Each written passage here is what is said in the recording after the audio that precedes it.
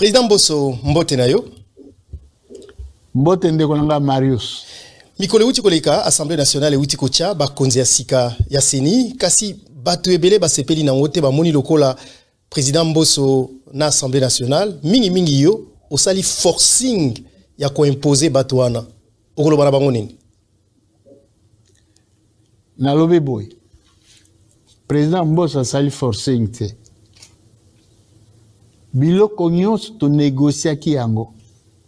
na société civile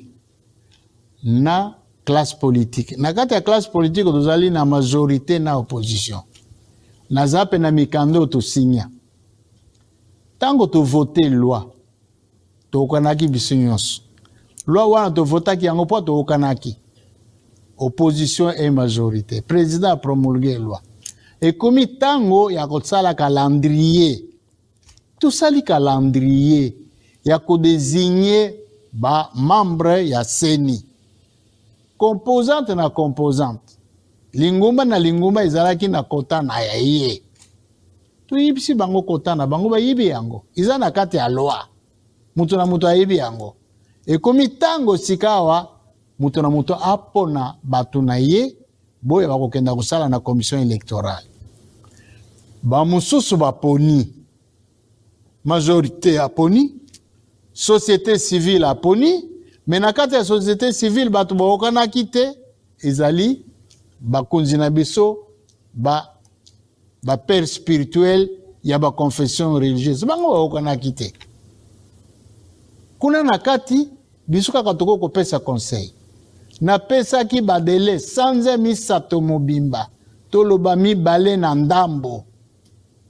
Tozoko solo na bango topesi bango tango ba kutana baokana kite mena kati na bango sambo baokana ki ba monike candidat na bango izali kadima balingi kadima tout ça na démocratie te kasi président catholique to yebi pe que oza catholique yebi ke ba catholique na ba missioni ba leki ebele quand même point de vue na bango il faut yokana mais parce que ba ba to za ebele awe za loi tozo ko appliquer loi ou ko appliquer yango te pa oza catholique pa oza protestant oza kimbangi to oza nani loi eza loi yango eza na couleur te iza mibe kwa mbuka ko appliquer mibe kwa mbuka sans sentiment to appliquer ki mibe kwa mbuka tango ekokaki tokende liboso tozonga lisusu simate tokende na ba élection yango tozwaki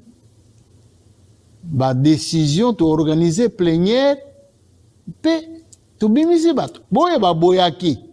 bandeko mususu baboyaki bakopesa bato te ti lelo bapesi bato te forcing ya nini tosali mais baboy place na bango to tiki yango botiki yango mais bango eza libre bozomona te que oyezo me mabiso déjà ne bandeli to ko loba que processus électoral e koti déjà matata ne bandeli ozomona ngo te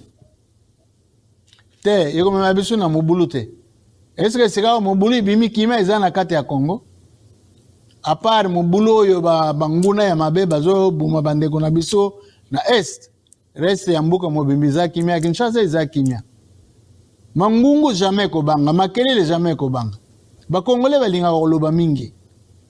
to linga koloba mingi leno mso azana likambo malunga koloba te azo loba kaka alingi koloba mais to kende liboso to kende na élection sika wa bato tuti forcing te mutu na mutu apesa ki bato na société civile apesi majorité apesi opposition côté kuna babuyi bango bakopesa te opposition mususu bandimaki bakoti forcing na nini tosali mais siko tiaki mutu na makati ti mutu te na kati ya bato mutu ti po de forcing na kati ya bato oyo bato apesa ki bato na kati ya bato oyo apesa ki bato wana biso toti forcing izate mais na kati ya bato oyo basangani na bazana na sengote eza bato lokola ensemble ya Moïse Katumbi o azana kati ya union sacrée oyo zana kati kobanga eza mwa mukete ke Moïse Katumbi alongwa soki alongwe epesa mwa vide kota na union sacrée notamment et affecté majorité na niveau ya Assemblée nationale alobi soko za mukunzi ya ebonga kokanisaka po na yo moko te kanisaka po na bato nyonso oza na bango kanisaka po na bato nyonso kanisaka pepwa na kimia ezala na mboka kanisaka pepwa na honneur ya yo moko bon na groupe wana yo tangi ensemble bazala ba composante moko mais ba groupe parlementaire ezami balé groupe parlementaire moko ilobi biso tokozwa biso likambo na biso kuna na kati mboso likambo na ye kuna na kati zani bango moko baponi ndeko na bango balobi biso tokokota bamususu soko balingi bakota te etali bango biso tokokota bango bakoti biso tokoboya ye tozana pouvoir ya koboya ye te ezomona lokola bino bato bozotia songi bino bato bozotia songi na kati na bango te totiaka songi te totiaka songi te tolingi kutu tozala elongo na bango totiaka songi te tokotia songi ya nini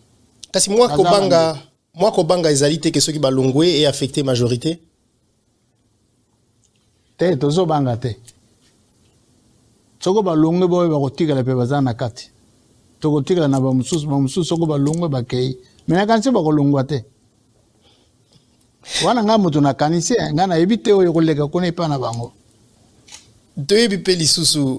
président Mbosso tant sous question avant dernière question toyebi pe que état de siège ezosenga que chaque 15 jours bo banda ko prolonger mikolo mileki ezana ba député mingi ya parti est ya Congo bazalaki ko sepela te ndenge makambo ezokende balobaki balongwe na bango bako participer sous na ba débat wana te bozo mona te que est-ce que tokokende kaka na ko prolonger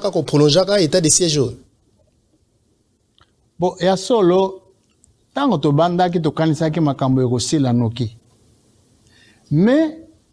ba complicité interne banguna baza mingi banguna ya kati ya mbuka bazali banguna ya libande pe bazali bango bazo compliquer biso pa likambo wana ici la nokite parce que liwa ya bandeko na biso ekuma bonheur na bango balela ka biso to kufaka bandeko ya biso to bakufaka bango ba kuma ba riche bazwa bomengo eloko wana ezoko kumisa mubulu mingi yali bato bazali ko sala poa mubulu kuna isila te violence isila te mais sika wa biso tozu mayele to ko prolonger tango to prolonger tozu ba mesure mususu peke mbeba wana bazo sala biso isila comme ça to prolonger les soso mikolo bambula basanze mingi te to ko prolonger mais to ko bongisa makambo po makambo changer passe isila liwa isila kuna tosuki sawana mikolo oyo euti koleka président Mbosso tomoni yo na mitingi ozosala mitingi partout bato ebele baza koya oza ko soutenir président Félix Tshisekedi bo candidat na yo na ba prochaines élections pona nini ezotinda o kanisa ke président Tshisekedi nde président ya malamu pona 2023 président Tshisekedi nandimi ye pena osenga na bana Congo bandima ye basimba ye po na nini po zana makanisi ya malamu ya kobongisa mbuka lokola zana makanisi ya malamu ya kobongisa mbuka to simba ye po abongisa mbuka peuple congolais esepila Congo ikende libuso pas isila wala iloko nga na simbili ye po makanisi na eza ya kitoko yango ndenga na simbili ye yango benazo senga na bandeko bandima ye basimba ye manda oyo 2 ans oyo ici la kitoko asala misala malam to pesa yebe manda ya suka ya 2023 batu misusu bakanisi ko aussi bandi ko sala campagne alors que campagne ne bandité te nazana no na campagne te soko zana likambo yebisa nzambe ebise pe bandeko bayeba yango nazo sala yango nazo yebisa nazo loba na nzambe nazo yepepe na bandeko batu na yebisi bango po bakanisi teke nazana makanisi mususu olobe likambo okati na katikati usilisite batu bakoyiba oyo zo kanisa ndenge silisa nyonso kubumba makambo ezali mabebi misa bato bayeba. Monsieur Mbosso Kolia Pwanga, merci mingi lokolo ndima kozala invité na biso na VOA Lingala na kanisi kozala mbala suka tewe na kati ya masolo na biso.